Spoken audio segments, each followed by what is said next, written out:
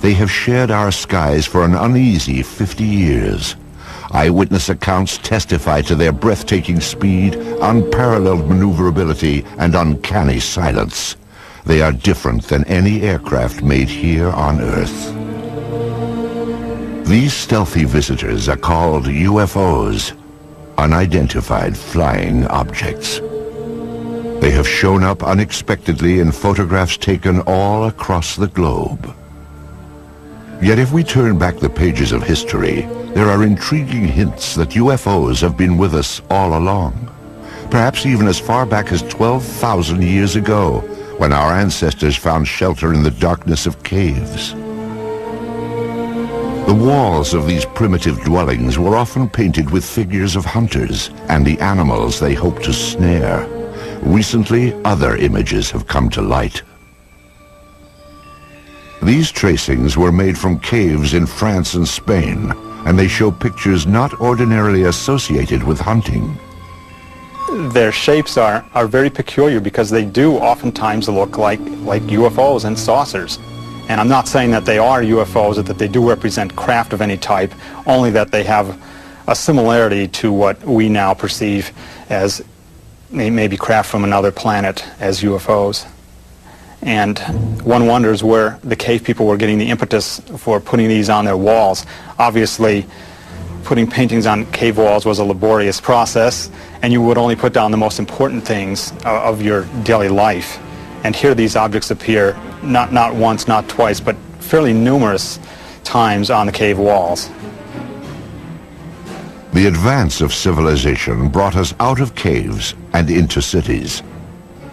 Some 4,000 years ago, scribes recorded what sounds like the sighting of UFOs during the reign of a pharaoh named Thutmose III. In the year 22 of the third month of the winter, a circle of fire appeared in the sky. After some days it became more numerous and shone with the brightness of the sun, extending to the very limits of the heavens. Royal Records of Thutmose III, 1480 BC. A millennium later, young Alexander the Great conquered his way across the known world. In 332 BC, he laid siege to the Phoenician city of Tyre, and accounts from both sides report that shield-shaped silver objects appeared in the sky. One supposedly sent down a beam of light that destroyed the city walls. Even the Bible itself contains passages that some say refer to alien spacecraft. I looked, and behold, a stormy wind came from the north, a great cloud with fire flashing through it, and a radiance round about it, while out of the midst of it gleamed something with a luster like that of shining metal. Ezekiel, verse 1. There are a number of reports from the past, and I believe that some of them are quite legitimate. But one of the things is you can't interview witnesses, of course. You can't get independent witnesses. You can't ask, well, what angle was it above the horizon? The problem we have with them is we have to take them totally at face value. It's always important in looking at these to remember that there are a lot of strange astronomical phenomena that only occur once in a while, like a star going supernova and suddenly appearing in the sky, or a comet which appeared unexpectedly. And so you always have to look at these from the point of view of astronomy. There could be some atmospheric phenomenon or an astronomical phenomenon that they were depicting as something supernatural. As the scientific awareness of the population grew, superstition was replaced by knowledge of what was actually going on in the heavens. However, when an object would fly across the sky and stop, or hover, or seemingly descend to the ground, or maybe exhibit many different color changes or change shape or what have you, then even those people knew that they were looking at something out of the ordinary. The residents of Nuremberg, Germany, had just such an experience on April 4th, 1561. On that day, the skies above the city filled with a chaotic array of tube-shaped objects and balls of light. Eyewitnesses called it a frightful spectacle. Chronicles of the time also report extraordinary displays over Basel, Switzerland during the summer of 1566. These events were depicted in primitive woodcuts made by eyewitnesses. However, it was the talented master artists that have left us the most fascinating images. In 1998, an Italian writer named Daniela Giordano earned an award for her landmark study of the enigmatic flying objects depicted by Renaissance artists. She discovered that not only did the artist have these objects in the picture, but he also had people looking at these objects and shielding their eyes as though the people were actually noting with amazement that something unusual was in the sky. It's unknown why the object's there, but it does appear and it looks like a UFO. This apparently traditional religious work is known as the Madonna and Saint Giovanni. Here too, a witness to the flying object is placed unobtrusively, yet unmistakably, in the background. And it's very obvious that this person's attention is directed to the flying object. And the artist obviously wanted viewers of the painting to see that not only is there the Madonna in the painting, but that there's also an object in the background. Curious airborne craft show up in other media as well. These tapestries from the 1500s depict the life of the Virgin Mary. Lurking in the background is the familiar shape of a 1950s-style UFO.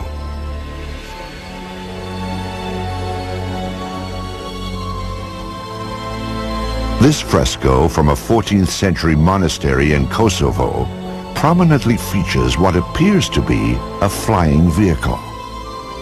On this French coin, minted in 1680, a ray of light beams down from a colossal wheel-shaped object. Sporadic sightings continue to be recorded for the next 250 years.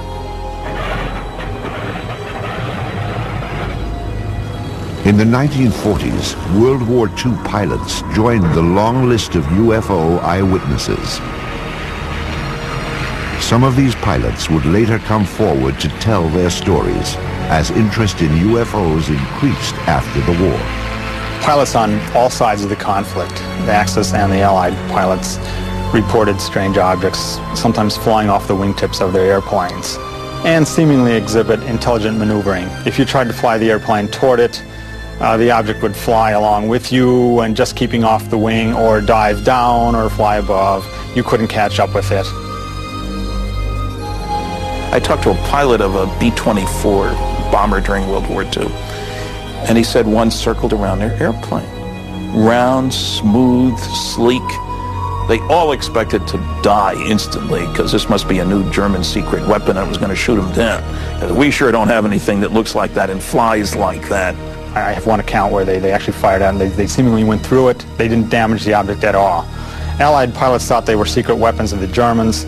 Germans thought they were secret weapons of the Allies, England and America, and they were even seen in the Pacific theater. However, after the war, it became clear that neither the Allies nor the Axis had produced these super aircraft. Someone else had. And they did exhibit maneuvering that, again, was much like the types of objects that were seen immediately after the war ended and called flying saucers at that time. Many believe that in July of 1947, near the top-secret airbase at Roswell, New Mexico, the United States military finally got a close-up look at these mysterious spacecraft. The Army Air Forces has announced that a flying disc has been found and is now in the possession of the Army.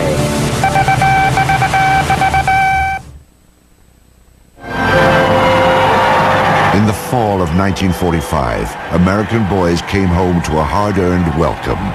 They had faced unspeakable horrors. Now they would head for suburbia and get started on the baby boom. At the same time, another new era was dawning. The age of flying saucers. The enigmatic spacecraft that had appeared from time to time through the centuries would now take center stage. The age of innocence was over. The wave of modern UFO sightings began simply, with no photos, no radar returns, and no physical evidence. Just a story told by one man at the right time in history. Kenneth Arnold was a 32-year-old successful businessman on the summer day that his sighting took place. He sold firefighting equipment and flew his own light plane.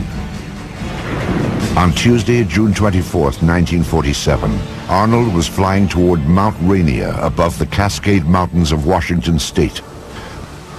The air was smooth and clear as he reached 9,200 feet and noticed a bright flash. To the left and north of Mount Rainier, Arnold saw what he described as 9 unusual aircraft flying at over 1,200 miles per hour. As they passed the mountain, the objects were outlined against the snow. They traveled in a V formation and skittered across the sky in such a way that Arnold said they resembled a saucer skipping across water. Arnold first told his story upon landing at the Yakima, Washington airport. He sketched a series of diagrams to illustrate what he had seen. What he drew was shaped like a crescent, 50 feet long and only 3 feet thick. It had a rounded point in the rear. When seen edge on, he reported, it looked like a black line. It wasn't long before the story of Arnold's sighting startled the world. The newspapers quickly coined a name for Arnold's skipping discs. The name was flying saucers. Kenneth Arnold was soon to enjoy a celebrity status. The author of a book and the subject of magazine cover stories, he was looked upon as a combination of space-age visionary and screwball eccentric. The press would anoint him the man who started it all. In the days and weeks after Arnold's landmark flight, flying saucers became big news. Sightings were reported across the country. Indeed, at that time, more people knew about flying saucers than about the Marshall Plan for the post-war reconstruction of Europe. But one incident above all established flying saucers in the public mind. Roswell, New Mexico lies deep in the empty expanse of the American Southwest. Today, its very name conjures up memories of a supposed UFO crash and government cover-up. It is remembered as the Roswell incident. In the summer of 1947, the Army airfield in Roswell was home to the elite 509th Bomb Group. During World War II, the B-29s that carried atom bombs to Hiroshima and Nagasaki had originated here, and so would an event that gave substance to the belief in flying saucers. Headline edition, July 8, 1947. The Army Air Forces has announced that a flying disc has been found and is now in the possession of the Army. Army officers say the missile, found sometime last week, has been inspected at Roswell, New Mexico, and sent to Wright Field, Ohio, for further inspection. Walter Hott was Public Information Officer of the 509th Bomb Group. He was the official instructed to dispatch press releases to the radio station and newspapers in Roswell. The story fed the imagination of the country, but has been the source of controversy ever since. The press release that I received stated that we had in our possession parts of a crashed flying disc. The material was found on a ranch north of Roswell. Then the story abruptly changed. General Roger Ramey took command of the Roswell situation and issued a new statement. It wasn't a flying disc after all. To me, I think it was one of the slickest cover-ups by admitting that we had the material, and then a higher authority says, no, you don't. Flying saucer or weather balloon? Both Air Force stories couldn't be true. One fact was undisputed. Something had crashed at Roswell. A rancher named Mac Brazel discovered the metallic debris in this isolated rangeland outside of town. The wreckage was strewn over more than half a mile, and Brazel alerted the base, assuming a military plane had crashed. Jesse Marcel Jr. recalls that his father, the intelligence officer at the Roswell Army Airfield, had been dispatched to the debris site to determine what had crashed there. The night that my dad came home, he was very excited. He woke my mother and myself up and said he wanted to show us something very strange. And as I recall, he said this was parts of a flying saucer. I was 11, almost 12 at the time, and I had seen pieces of an airplane and weather balloons and things like that, but this was not like anything that I'd ever seen before. And the most intriguing portion of the debris that I recall seeing was what appeared to be I-beams. When I looked at this with the light reflecting on it, I noticed what appeared to be some symbols or writing along the inner surface of this I-beam. And the implication was this was something that came from some other planetary system. Author Kevin Randall researched the Roswell incident and learned more about the debris Major Marcel had collected. You have something called metal foil, been described by various people as like tin foil or lead foil. You wad it up into a ball, you drop it on the table, it unfolds itself and there's no sign of a crease. Randall interviewed some people who say they actually handled the mysterious wreckage back in 1947. It was all wadded up when he dropped it, and when he dropped it on the table and it hit the table, it spread out just like it was water. And so they all started holding it and playing with it, and they were trying to cut it with their knives, and they tried to burn it with their lighters, and they couldn't do any damage to it at all. There were also rumors of a second crash site with even more stunning discoveries. Frankie Rowe's father said that the fire department was called to the scene. There he had observed nothing less than actual extraterrestrial beings. They'd gotten a call on what they thought was a plane crash about 30 miles north of Roswell. And when they got out there, it was not an airplane. He said it was a flying saucer that had crashed. And there were little, what he called little people. And he said one of them was still alive. That there were two that were covered up laying on the ground. And he said they had been covered up, it looked like with body bags. And the one that was walking around there didn't appear to be hurt. Through his research, Kevin Randall has established what he believes happened next. According to a number of the eyewitnesses, the craft and the bodies were taken to Hangar 84 at the Roswell Army Airfield, where they were held for a period of time before the various flights were initiated and sent out of Roswell. Randall believes that crates containing the alien bodies and flying saucer wreckage were shipped out of the heavily guarded Hangar 84, never to be seen again. When the Air Force produced one meager weather balloon at the Roswell crash debris, many concluded it was part of a cover-up. In the 50s, there was the belief that the U.S. Air Force had proof of some sort that these were alien spaceships and was covering it up to prevent panic.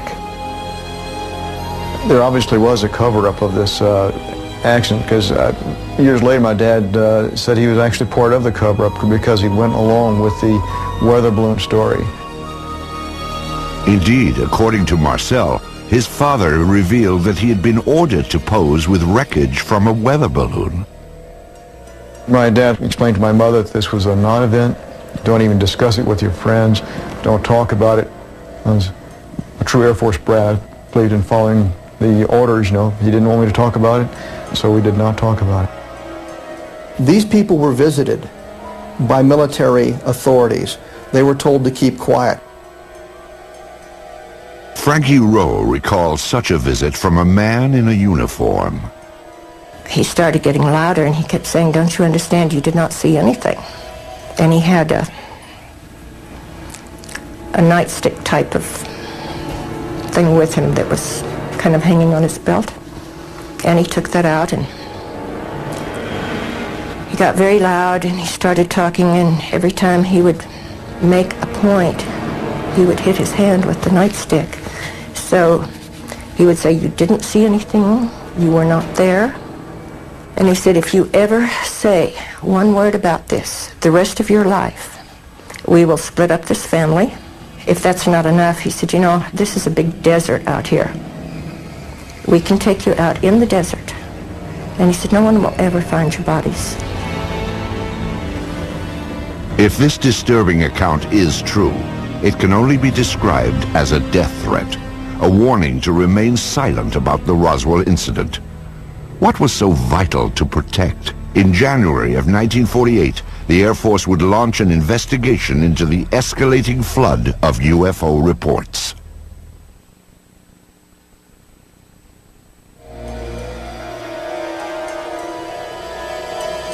Something crashed at Roswell, New Mexico.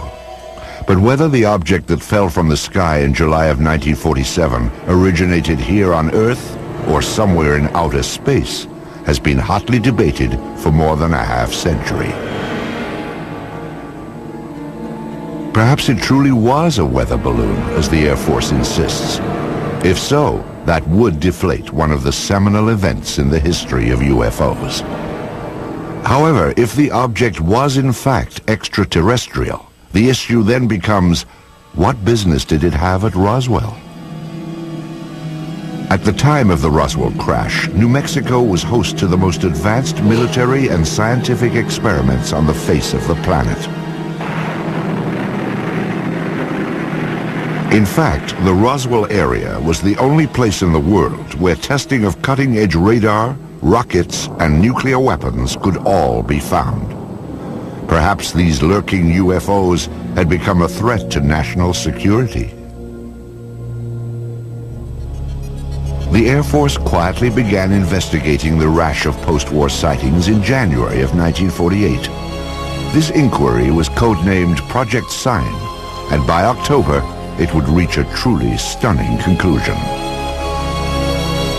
Project Sign wrote a final report called The Estimate of the Situation, which concluded that UFOs were interplanetary vehicles. You can imagine that this didn't go over well at the Pentagon. The government could not have the idea of UFOs as interplanetary spacecraft coming out when they've been trying to cover up the Roswell crash.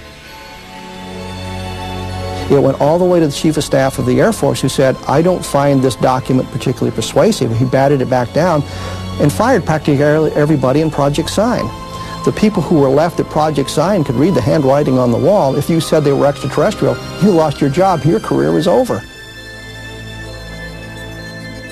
After the purge, the inquiry was revamped as Project Grudge, a name that may have suggested a certain skepticism. An Air Force insider actually characterized Project Grudge as the dark ages of UFO investigation. In August of 1951, this V-shaped pattern of objects appeared over Texas and became known as the Lubbock Lights. Grudge said it was a flock of birds reflecting the glow of the city. This film was submitted from Great Falls, Montana in 1950. It depicts bright white dots moving behind the smokestacks of a grain mill. The photographer described the objects as shiny, bright, and metallic, like polished silver. Project Grudge concluded that they were F-94 Air Force interceptors landing nearby. After 3 years of debunking UFO reports, Grudge was reorganized into the supposedly more objective Project Blue Book. Blue Book became the focus for public attention and press attention. But it was never scientific, it was never comprehensive. They didn't have radar, they didn't have computers, they didn't have people ready to go up, in aircraft with instruments to monitor UFO sightings. Typically, an officer, a sergeant, several secretaries, their job was primarily to try to tell us that there was nothing to flying saucers. Major Hector Quintanilla Jr. became Blue Book Director in 1963. The objectives of the program are twofold. They're the same as they have been since 1953 when the regulation was written. First of all, to try to determine if the UFO phenomena presents a threat to the security of the United States. And second, to determine if the UFO phenomena exhibits any technological advances which could be channeled into research and development. Many of the UFO reports were easily explainable as atmospheric anomalies, like this saucer-shaped lenticular cloud formation. The man who shot this film, a Navy officer and aerial photographer, claimed he saw these objects up close before getting out his camera. He said they were disc-shaped and gunmetal colored. Blue Book determined they were high-flying birds. Astronomer J. Allen Hynek, a Blue Book consultant for its entire 16-year run, had this assessment of the project. Quote, "When Major Quintanilla came in, the flag of the utter nonsense school was flying at its highest." Blue Book's most notorious nonsense came in March of 1966, when it dismissed a wave of credible sightings, including many by policemen, as swamp gas. In December of 1969, the Air Force closed down Project Blue Book and washed its hands of UFOs. Few scientists were willing to approach the subject. However, there were some who embraced UFOs without reservation.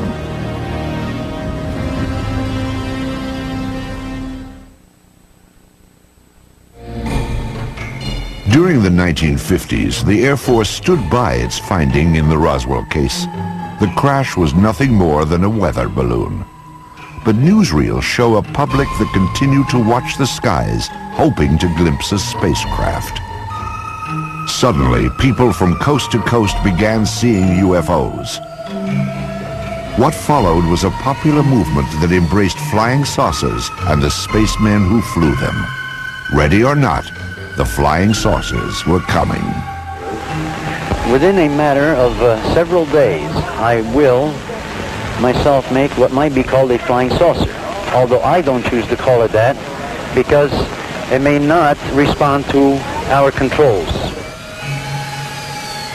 To the vast majority of the people in the late 40s and 1950s, flying saucers were a terrific novelty.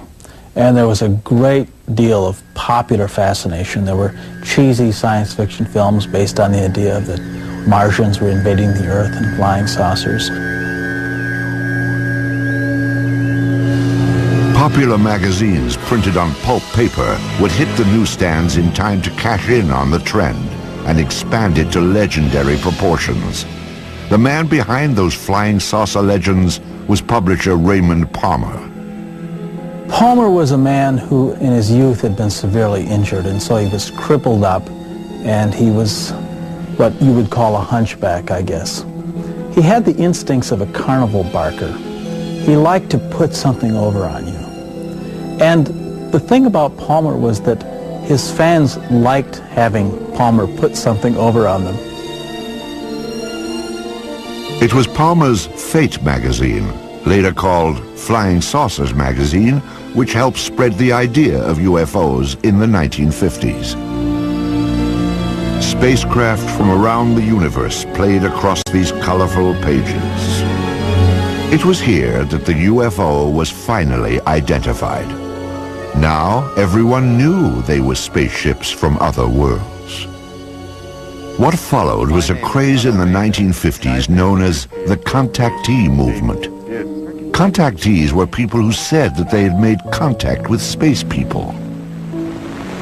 I was aboard a flying saucer in the Nevada desert on 11 different occasions. I was taken into this monstrous saucer by one of the men and confronted with a lady captain. Beautiful complexion, beautiful appearing woman, and they're peaceful people. They mean no harm to us. They come down here to investigate what's going on Earth, and they certainly convinced me that they're peaceful, and they come from another planet they call Clarion. They told me there was life on Mars and that there were life on other planets as well, and all planets except Earth had interplanetary means of travel. The man credited with starting the contactee movement was a Polish immigrant and self-styled philosopher named George Adamski. In his book, Flying Saucers Have Landed, Adamski claimed that in 1952 he had been aboard an alien spacecraft. I was picked up on a desert, in California desert, and I was taken to the mothership and they were flown around, not too close to the moon, but with instruments, similar, you might say, except it wasn't a camera, it was regularly sort of a telescopic instruments that we were able to see what was on the moon on the other side of it, see? Adamski's book detailed his meeting with a man from Venus called Orthon. There were also photographs of the spaceship he supposedly flew in. Adamski's books also reflected the political climate of the 1950s, like growing concerns about the arms race between the United States and the Soviet Union. When Orthon departed, he would leave behind these enigmatic footprints. Adamski said they contained a message urging an end to nuclear testing on Earth. In a similar vein, other contactees spoke of aliens from utopian planets who wanted to prevent all-out nuclear war. Best of all, these aliens looked just like us. I have a picture here of the gentleman who escorted me through the craft, and I would like to show it and describe it. This gentleman, he appeared almost as I am, except that he was about 5 feet 10 inches tall, weighing about 150 to 155 pounds, and they all appeared about that same size, including the lady. George Adamski would publish 2 more volumes on his contacts with beautiful space people from Saturn and Mars. He even had opportunity to take home movies of the scout ships that transported him, guided by robot pilots from Venus. The impact of Adamski's tales led to an explosion of flying saucer clubs and conventions. As the flying saucer phenomenon continued into the 50s, civilians began to become very interested, of course, people did, and clubs formed up with a classic meaning of the term club, hobbyists, as it were, that were just interested in the wilder, esoteric aspects of the phenomena, particularly the stories of people who said they were in contact with aliens. Many of the contactees would gather at the largest flying saucer festival of all time. It took place in California at a place called Giant Rock in March of 1954. It attracted over 5,000 outer space enthusiasts. How many trips have you made to outer space? Well, I'd say 350 or a few more. When was the last one? Well, the first part of June. And who did you go with? Well, people from Jupiter. I have made telepathic contact for the past 8 years with many space people from many areas of space, both inside and outside of the solar system. Lectures were given from the Giant Rock, and stalls were set up to sell books, photos, and space-age souvenirs. Most importantly, conventions like this gave the contactees a place to exchange ideas, rumors, and reports. But I do believe what I see. And I am one of those who was inside a flying saucer. I seem to become one with the entire universe. Everything in the universe seemed to be contracted down to one small dot. What were their clothes like? The woman had a radiant red box-pleated skirt and a black velvet appearing blouse and a black and red tam or beret, and the men had clothes very similar to our Greyhound bus drivers. Contactees also described the alien spacecraft they had seen in astonishing detail. On July the 12th, I took a trip in a flying saucer, which I am pointing right here. The saucer was well equipped with rooms bedrooms, bathroom, toilets, and this saucer, I went up into Mars, over the moon, Venus, Clarion, and Orion. When I say Orion, I do not mean Orion.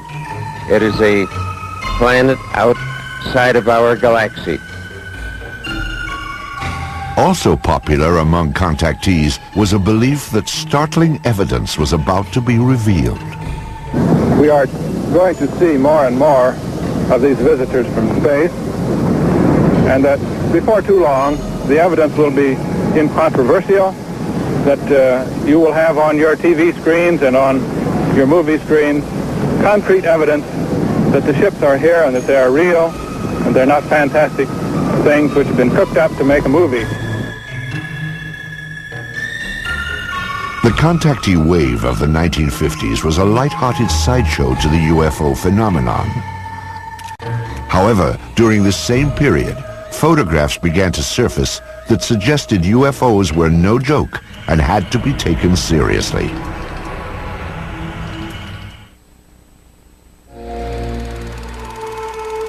They are round, they are cigar-shaped, and they are cylindrical. Some appear to be sleek and smooth, as if made of stainless steel, while others appear bolted together from some alien cast iron. At night, they are described as having flashing lights. They appear without warning, streak across the sky, and disappear. Many UFO films and photographs have been identified as natural phenomenon or hoaxes. But some UFOs appear in photos when we least expect them and defy explanation. UFO photo cases are tantalizing because they're some type of what you might think of as objective proof. The UFO phenomenon is ephemeral, and normally all we have are reports of witnesses on a piece of paper on a tape recorder. But with photos, you think you have something physical. Indeed, photos offer some of the most convincing evidence that extraterrestrial aircraft may be real. This series of photos remains among the most compelling examples of what ufologists call a daylight disk. The photographs were taken on July 29, 1952 by George Stock, outside of his lawnmower shop in Passaic, New Jersey. Stock reported that as he was working outside at 4:30 p.m., he looked up to see something unusual flying overhead. Using an inexpensive box reflex camera, he snapped pictures of what he described as a disc-shaped object with a metallic bottom. It hovered momentarily, then accelerated and flew away. All that remains of this astonishing daytime visitation are a few pictures. But are photos reliable evidence for UFOs? Dr. Bruce Maccabee is an optical physicist employed by the United States Navy. His official research involves high-energy space lasers, but his interest also lies in the detailed analysis of UFO photographs. Of particular interest to Dr. Maccabee are photos which show no evidence of a hoax or misidentification and cannot be otherwise explained. One such case began at a farm in rural Oregon in 1950. These are two photos taken by a farmer and his wife in 1950 in McMinnville, Oregon. Here's the first photo and here's the second, and we'll get a little bit of a blow-up on these. Using image enhancement equipment, Maccabee brings into focus the startling photographs that were taken in the early evening with a simple camera. You can see that it's an oval object with a little thing on the top, like a little protrusion at the top of it. This is obviously a hoax of the real thing. There's no halfway point. You can see the image clearly enough to see that it's not a bird or plane or Superman. So the next question is, what could it be? And if we go back over here, we can see that there are electrical wires right up above the object. Looking again at the blow-up. And now the question is there any evidence of a suspension underneath the wires? A contrast-enhanced version of the Oregon photo reveals minute scratches that Maccabee must distinguish from a string or line that might have been attached to the object to suspend it for a hoax. No one has found any evidence of a line going up above the object. There is a possibility that this thing might have been thrown and photographed, except that the image is not blurred by motion. Agents of the Air Force and FBI questioned the couple who took this picture, and authorities later confiscated a copy held by the local newspaper. No one has yet explained why. This photograph is another of the more credible UFO pictures ever taken. It was snapped in Brazil by a government survey team in 1958. A Brazilian naval photographer on a ship was there with the rest of the men when they saw an object shaped like Saturn, in other words, an object with a ring around it, flying toward an island that they were near, Trinidad Island, flying around the island and then taking off in the distance. And he snapped 4 or 5 or so or more photos of the object with literally dozens and dozens of witnesses.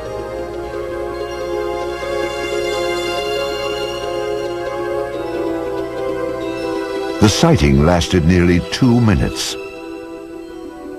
First, the object was reported to have approached the island, then it disappeared behind a mountain. It then reappeared before moving off at high speed toward the sea.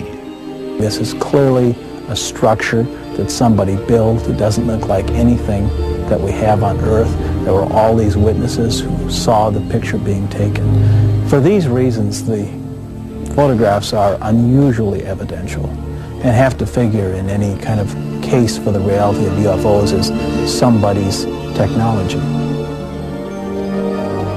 Because this is a multiple witness case done by scientists and a professional photographer, and it has many photographs, it probably has to be taken seriously as the #1 photographic case in UFO history.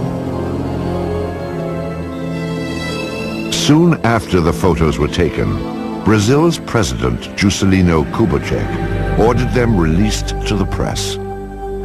His action stands in stark contrast to the apparent secrecy of official UFO inquiries in the United States, beginning with the Roswell incident in 1947.